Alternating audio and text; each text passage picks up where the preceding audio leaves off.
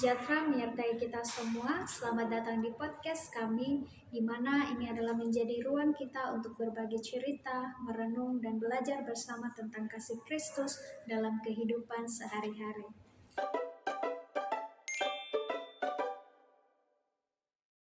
Halo semua, nama saya Elisa Eka Putri dengan NIM H02245004. Dan saya Mila Indriana dengan NIM H02240007.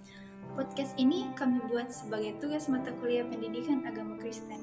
Betul sekali, di kesempatan ini kita akan membahas sebuah tema yang sangat penting dan relevan, yaitu kerukunan antar umat beragama. Kerukunan ini menjadi kunci bagi kita untuk hidup damai di tengah keberagaman.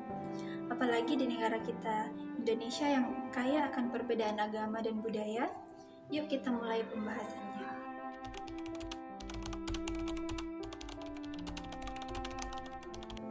Kita semua hidup di Indonesia, negara yang kaya akan keragaman, bukan cuma budaya tapi juga agama. Dan dalam keberagaman, ada satu hal yang penting yang menjadi kunci, yaitu kerukunan. Kerukunan antar umat beragama bukan berarti semua harus sama.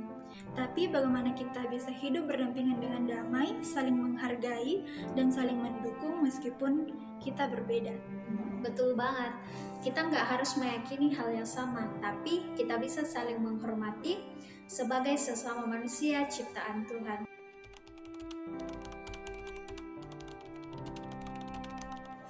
Nah, mungkin ada yang bertanya, memangnya kenapa sih harus hidup rukun? Pertama, karena Tuhan sendiri adalah sumber damai. Dalam Roma 12 ayat 18 dikatakan, sedapat-dapatnya kalau hal itu bergantung padamu, hiduplah dalam perdamaian dengan semua orang. Nah, dan yang kedua, kita adalah garam dan terang dunia. Kehadiran kita seharusnya membawa pengaruh positif, bukan menciptakan jarak atau konflik. Nah, selain itu, hidup rukun menciptakan lingkungan yang sehat, baik itu di sekolah, di kampus, tempat kerja, bahkan di media sosial.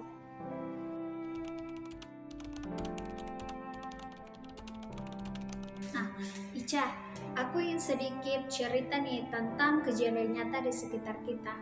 Pernah dengar tentang kegiatan gotong royong lintas agama di sebuah desa di Jawa Tengah? Iya, nah di sana warga dari berbagai agama, ada Muslim, Kristen, Hindu, bahkan Konghucu sering berkumpul untuk membersihkan lingkungan atau merayakan hari besar agama masing-masing secara bersama-sama.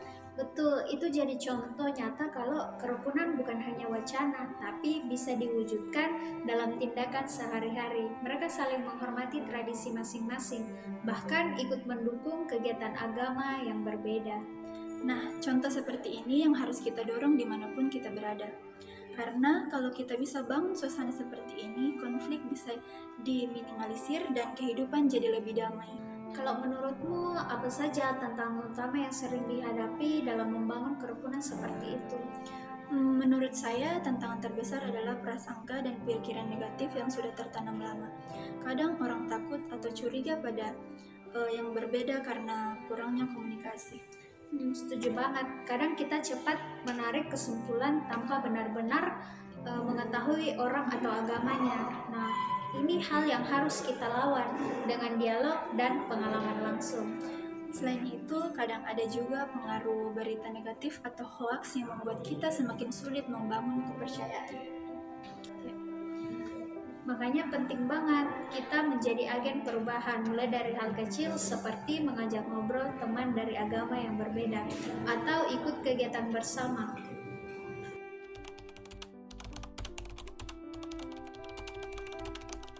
Saya juga percaya generasi muda punya peran besar dalam membangun kerukunan antar umat beragama karena kita yang pegang masa depan. Benar, dengan kemajuan teknologi dan media sosial kita punya kesempatan besar untuk menyebarkan pesan damai dan kasih. Tapi di sisi lain, media sosial juga bisa jadi ladang konflik kalau kita nggak bijak. Jadi kita harus bijak dalam menggunakan teknologi untuk mempererat, bukan memecah belah. Kita bisa mulai dengan hal yang sederhana seperti tidak ikut-ikutan menyebarkan berita yang belum jelas kebenarannya dan lebih aktif membagikan konten yang membangun toleransi. Betul sekali.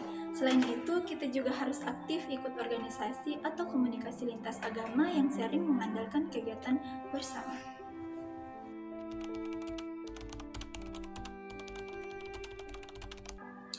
Kalau aku pribadi, aku belajar banget bahwa kerukunan itu dimulai dari hati. Kalau kita punya sikap terbuka dan kasih, maka segala perbedaan bisa jadi sumber kekayaan, bukan perpecahan. Setuju. Dan aku juga percaya kalau kita semua mau berusaha, Tuhan akan memampukan kita untuk hidup rukun dan damai karena kasih-Nya yang menggerakkan kita. Mari kita ingat selalu pesan dari 1 Korintus 13 ayat 13. Demikian tinggal ketiga hal ini, yaitu iman, pengharapan, dan kasih. Dan yang paling besar diantaranya ialah kasih. Kasih adalah kunci utama. Tanpa kasih, sulit sekali membangun kerukunan yang sejati.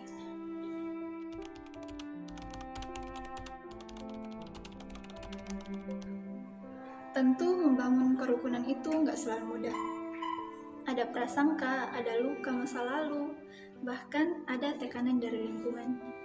Tapi justru karena itulah kita hadir menjadi agen damai dan menjadi teladan. Yesus berkata dalam Matius 5 ayat yang ke-9, berbahagialah orang yang membawa damai, karena mereka akan disebut anak-anak Allah. Kita semua dipanggil untuk itu, bukan hanya bicara tentang kasih, tapi menghidupi kasih dimanapun kita berada, seperti kita berada di rumah, di kelas, di komunitas, bahkan di dunia maya. Nah, sahabat damai, mari kita menjadi pribadi yang membawa terang, bukan membawa gelap. Jadi jembatan, bukan tembok. Karena ketika kita hidup damai dalam kerukunan, dunia akan melihat kasih Tuhan nyata lewat hidup kita. Terima kasih sudah mendengarkan podcast kami berdua. Semoga bermanfaat bagi teman-teman yang telah menonton. Sampai jumpa, tetaplah menjadi pembawa damai dan Tuhan memberkati. Shalom.